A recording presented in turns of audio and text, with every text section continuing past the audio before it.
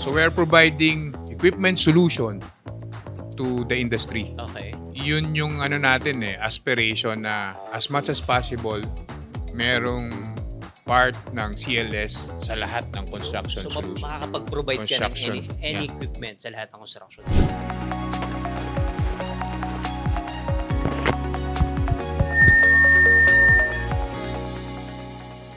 Hello mga ka-PCS! So welcome to Kwentong PCS, where we talk about anything and everything about construction. Ako si Jordan Ortiz at makakasama ninyo ako ngayong season para sa iba't ibang kwentong hatid ng ating industriya. In today's episode, kwekwentuhan tayo ni Engineer Dennis Makalintal galing sa Precast and Construction Solutions by Megawide under CLS Division. So we're going to talk about mastering technical expertise, nurturing maintenance skills, and overcoming recruitment challenges in construction equipment operations. So welcome, Engineer Dennis, sa Kwentong PCS. Well, thank you, Jordan. Ayun, so bago tayo magsimula, Engineer Dennis, baka pwede kang magpakilala sa ating mga manonood at tagapakinig. Thank you for that introduction, Jordan.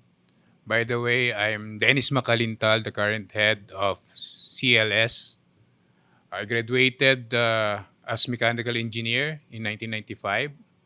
My previous experience before I joined Megawide is I came from PNOC, Exploration Corporation. It's a port and warehousing business of the Philippine National Oil Company. I worked there I handled the port operations, logistics, and warehousing solution. But before I joined Megawide, I came from a power plant in Pilila Rizal, which I handled also the admin and logistics, from fuel, from the maintenance of our equipment, forklifts, trucks. That's what I... Dami na. So, bali sir, simula't sa pool pa lang is talagang equipment na yung hawak mo. Yes. Or talagang doon na umikot yung experience pagdating sa trabaho. Jordan, nung nasa PNOC ako, batang piyar ako. Okay. Anong pier yan? It's a commercial port in Okay. Batangas. Nag-unload kami ng bulk cargoes, Okay. which are raw materials in cement, glass manufacturing. So, lagi akong nakaka-interface ko yung loaders, backhoe, forklifts, ship's crane, heavy lifts. So, iba't ibang equipment. Talagang Yes. puro equipment na yung nakagis na, no, Sir Dennis? Because PNOC Exploration Corporation in Batangas handles the supply base for oil and gas exploration in the Okay. Philippines.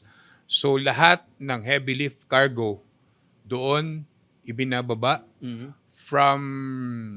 mostly from Singapore, and then it will be transshipped to Palawan. Okay. Kasi majority of our oil and gas exploration ay nandun sa Palawan. So, oil and gas. Dito naman, sir, sa Megawide, as CLS, ano bang meaning ng CLS? Ang mga di nakakalam.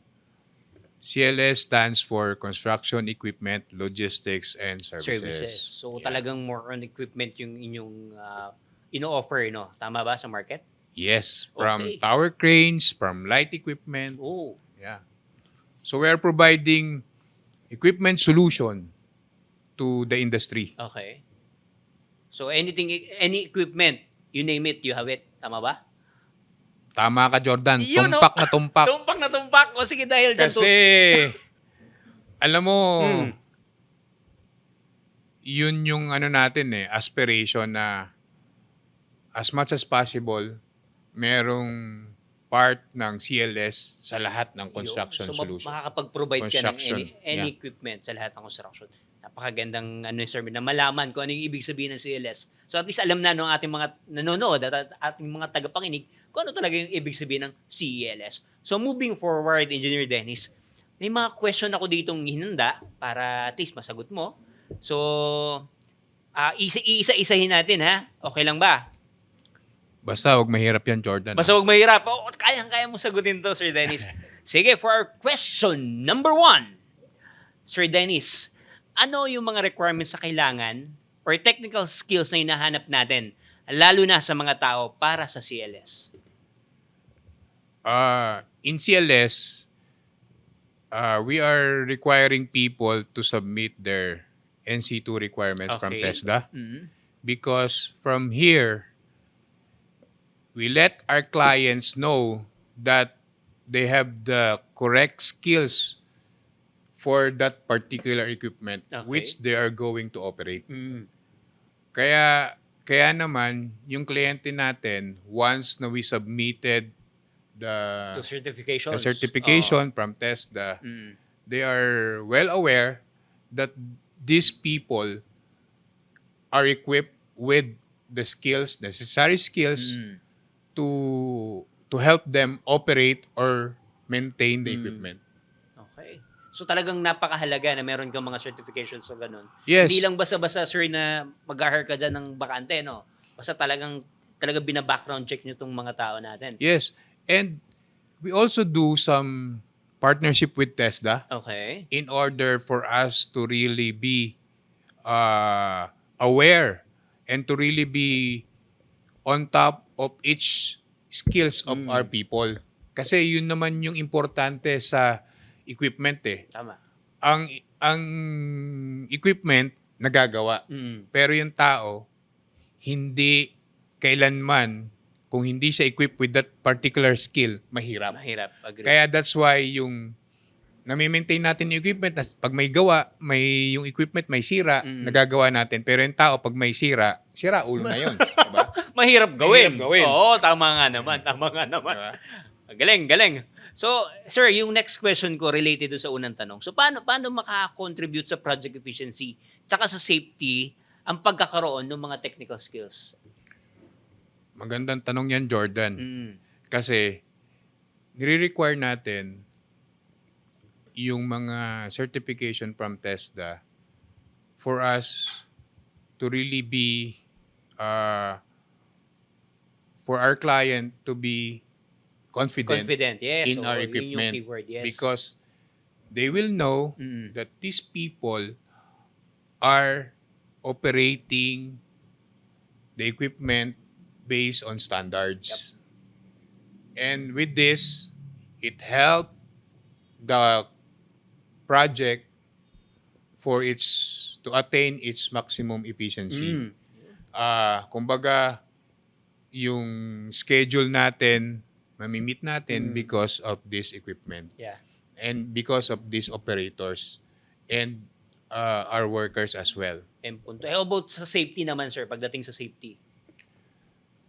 Kasama na din yan Kasama na. sa kasi ang operator or ang rigger or helper, if they are not aware of the safety Mm. on how you operate the machine, Correct. there will always be challenges. Mm. There will always be accident Mm. in doing so. And katulong din yung ating safety sa buong PCS Mm. para maging familiar yung ating mga operators, mga skilled workers in practicing the safety Mm. in the construction site. Okay.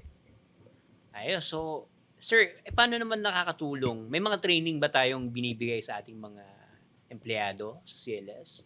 Isa pang magandang tanong yan, Jordan. Kasi sa CLS, hindi tayo humihinto Okay. sa development ng ating mga tao. Oh. Hindi tayo humihinto na pag rigger ka lang, rigger ka na habang buhay. Okay. Helper ka lang habang buhay. Okay. Meron tayong mga upskilling program for all these workers para naman in their own benefit and the benefit of CLS also Mm. ay ma-improve yung kanilang way of life para maging hindi lang sa habang buhay ay helper Helper sila. ka. Meron ka bang experience na, sir, sa CLS? Madami yan sa CLS. Meron na. Hindi ko na lang papangalanan sila, Huwag mo pang pero itago natin sa pangalan. madami talaga diyan sa CLS na nagsimula sila sa helper, Okay. nagsimula sila sa rigger, ngayon napakataas na sila kasi nasa tower crane na. Wow! Literally, mataas Oh, sila kasi nag-ooperate sila. Dati rigger nasa baba, Tama, tama. ngayon nasa taas na sila Oo. kasi operator na Oo. sila. So, ibang level yun, di ba? Ibang Oo, level yun. yung helper naman, dati-rati, nagkukumpas lang sila sa mga truck. Ngayon, nagdadrive na sila. Nagda-drive na. Sila na yung kinukumpasan. Oo, meron tayo dyan. Mm. We started na may mga upskilling tayo with this in partnership with TESDA and other training agencies para sa mga ganitong program natin sa CLS in order for us to really improve the way of life of our people. Wow. Napakaganda ng programa, sir, ng CLS pagdating sa pag-upskill at pagde-develop ng mga skills ng ating mga tao. Sana magpatuloy pa po. Oo, sabi ko nga sa mga tao natin is that wag sila magsasawang mag-improve. Yan. Kasi pag nagsawa sila mag-improve, titigil din yung kanilang development ng buhay nila. Tama, tama. Kasi, sabi ko nga, meron tayong saying saan ba nagsisimula yung dengue? Di ba sa stagnant water? Pag hindi ka nag-aral, pag hindi ka nagbasa, pag hindi wala kang ambisyon sa buhay, hanggang doon ka na lang. Saan no? Sa stagnant water? Sa kanilang level ngayon. Okay. So, akala ko sa dengue. Kasi pag dengue, mamamatay ka na Oo, Maubusan ka tama. ng dugo Tama, Pero tama, dito, tama. sa CLS, pag nag-continue ka ng pag-aaral, Yan. pag nag-continue ka ng pag-upskill ng Yan. iyong trade, Oo. aangat ang buhay mo. Yan. Aangat ang buhay mo, hindi lang ikaw, personally, but Pati- ng buong pamilya mo. Yan. No? Especially yung family. No? Yes. Dama yung madadama. Actually, may question dito. May libre po ba yung mga training ninyo, sir? Naniningil ba tayo? Sinasagot natin yan. Sinasagot natin. Sinasagot natin yan in partnership with TESDA. We also have partnership with the PCA para sa mga construction supervision. Recently lang, meron tayong nakagraduate doon na course, na 3 construction supervision course sa PCA. May tatlo from CLS na nakagraduate doon. So we are proud of that people that they are continue to improve their learnings. Sir, tingin mo, paano ito nakaka-apekto sa kanilang performance saka sa kanilang moral? Yung ganyang, 'di ba, yung pencil or yung lapis, pag hindi mo tinatasahan, hindi sumusulat. Useless, yes. Useless. So yan lagi yung analogy ko. Dapat hindi tayo mag-stop na magtasa ng sarili nating lapis. Or we should not stop learning kahit sa araw-araw may makausap tayo, ay lagi nating dapat hindi natin isasantabi na may matututunan tayo. Yun. Yung mga binibigay na training ng CLS, dapat umattend tayo. Kasi with this nga, meron tayong program for upskilling and for the people of CLS, at least ma-improve natin yung kanilang level, 'di ba? Tama, tama. For the next question, Sir Dennis, ano yung ating current challenges sa recruitment ng pagre-recruit ng mga skilled operators saka technicians? Meron ba? Kung meron, ano ito? Mahirap talaga, Jordan, na mag-recruit, especially yung mga skilled workers natin. Especially yung mga tower crane operators, maintenance technician, mahirap talaga. Kasi ang kalaban natin dyan is overseas. Okay. Oh, okay. Tama. Mga nag-OFW, no? Yes. That's why we have partnership with the Antipolo State colleges and Don Bosco for us to really be makakuha tayo ng mga skilled personnel there para sa gayon ma-improve natin yung ating, ma-beef up natin yung ating manpower Oo, yung complement sa kakulangan natin. Yes. CLS. So, Kasi, yun talaga yung ano natin yun talaga yung burden natin na ang kalaban natin dyan is dollar Kasi nag-open yung Canada, New Zealand, Australia for skilled personnel. So yan yung kalaban natin. So but in CLS, in cooperation with our HR, they are coordinating with these technical schools para tayo magkaroon ng mga people or empleyado, let's say magpo-provide tayo ng scholar para at least at the end of their studies, sa atin sa sila atin na. pupunta, Yes, 'di ba? tama. Magandang partnership 'yan. So I think baka meron mga nanonood nakikinig sa atin, Sir Dennis, na interesadong mag-apply. Yung HR natin is continuously nagpo-post sila. Okay, so Either i-check sa na lang. social media, Oo, yan. check na lang. Marami Mga tayong Facebook requirement account, ngayon. no? Yes. Okay, sige, Sir Dennis, napakaganda ng iyong mga sagot. At ganun yung pinakita ni CLS, yung pagpapahalaga niya sa tao, no? Sir Dennis, this will be my last question. Ready ka na ba? Baka, ano bang question na yan? Baka mahirap yata yan, Jordan Hindi, madali lang to. Sir Dennis, for our last question for this episode, ano ang iyong pangarap para sa CLS at para sa mga tao nito? Ang pangarap ko kasi, Jordan, sa CLS, pero bago ko sagutin yan, Oh. ang hirap ng tanong mo. Pang Mr. Universe siya. Yes! Pang Mr. Universe talaga. Ha? Pinagdaanan ko na yan Talaga ba? Hindi, joke lang. Pero Jordan, Yes, sir. kidding aside, in one of my coaching session, sinabi ko na rin to sa personal coach ko, which was provided by our HR, no? Is that, ang pangarap ko kasi sa CLS is that our equipment will be always on the development of our equipment, no? Makapagbenta tayo ng equipment na maganda, makakuha tayo ng sales na maganda para at least maganda yung income ng CLS. And sunod-sunod na yan, domino effect na yan. If maganda yung sales, we can improve the lives of our people. Yes. Parang pag maganda kasi yung buhay ng maganda yung kita ni CLS, ang pangarap ko sa mga tao is that hindi na para sa sarili ko but para na sa kanila. Na parang, ito walang halo tong sinabi ko to talaga, bluntly dun sa aking coach, na parang gusto ko ma-improve yung buhay kasi dumating na sa point na nandito ka na So gusto man magkaroon ka ng impact dun sa mga tao. Na sa pamamagitan ng iyong business, makapagbigay ka ng trabaho, ma-improve mo yung buhay ng bawat isa sa pamamagitan ng tamang sweldo at pag kumita yung business, tamang incentive. And from there, kasi doon magsisimula yung improvement nila sa personal life nila. Yes, tama. Kasi yung mga anak nila, once napapag-aral nila, nandyan ang dami nating dito sa Megawide. Ang dami nating mga tools kagaya ng Megawide Foundation. Meron tayong mga ganyang program na yung mga empleyado natin pwede nating i-endorse sa ganitong Mga programa ng Megawide.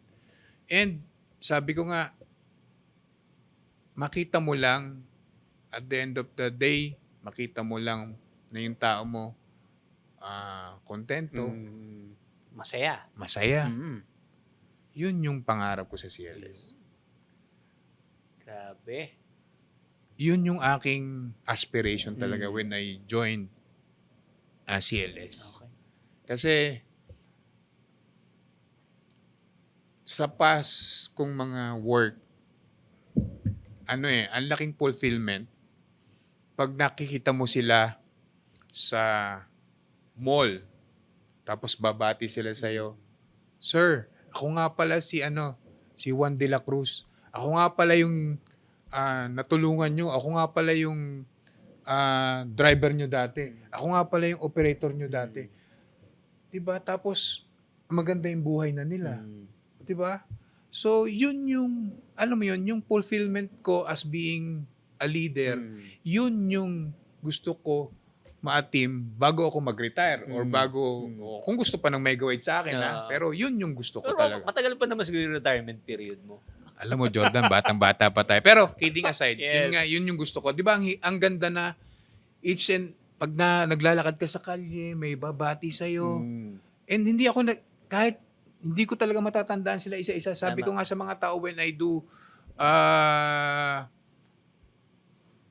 toolbox meeting, when I do engagement with them, sinasabi ko sa kanila, pag nakikita ko kayo sa mall or sa daan, magpakilala kayo kasi hindi ko lahat matatandaan tama. yung inyong pangalan. So by then, nakita sila na nandyan, na maganda yung buhay with their family, fulfillment na sa akin yung being a leader. Nice. Sabi mo nga, Sir Dens, maganda yung may babati sa'yo along the way, sa kalsada, di ba? Pag nasa lubong mo. Wag lang yung may babato sa'yo. Di ba? Ayun yung mahirap. Yung may Kasi, babato. Alam mo, may mga policies kasi yung isang business unit na kailangan mo lang sometimes ipaintindi sa kanila. Tama, tama. Na eventually, pag naintindihan naman nila yon at nagawa naman natin ng improvement or napaintindi natin sa kanila yon, siguro naman, maintindihan nila kung bakit saan ako nanggagaling o Correct. saan nanggagaling yung management. Para that, di ba? So yun, Jordan. Yun. So maraming salamat, Sir Dennis, sa isang napaka-laman, no? At napaka-inspiring na mga sagot sa aking mga katanungan. Di ba sabi ko sa'yo, madali lang yung mga tanong eh. Mahirap Kinaya na, mo Jordan. nga eh. So again, Okay. maraming salamat, Sir Dennis. Baka meron kang gusto i-shout out sa ating mga nanonood at sa ating mga tagapakinig. Sa mga taga-CLS, keep up the good work. Kaya natin to. Yon! Palakpakan ninyo yung mga sarili ninyo. So yun, once again, maraming salamat, Engineer Dennis Macalintal for CLS. Sir, maraming salamat. Thank you, Jordan.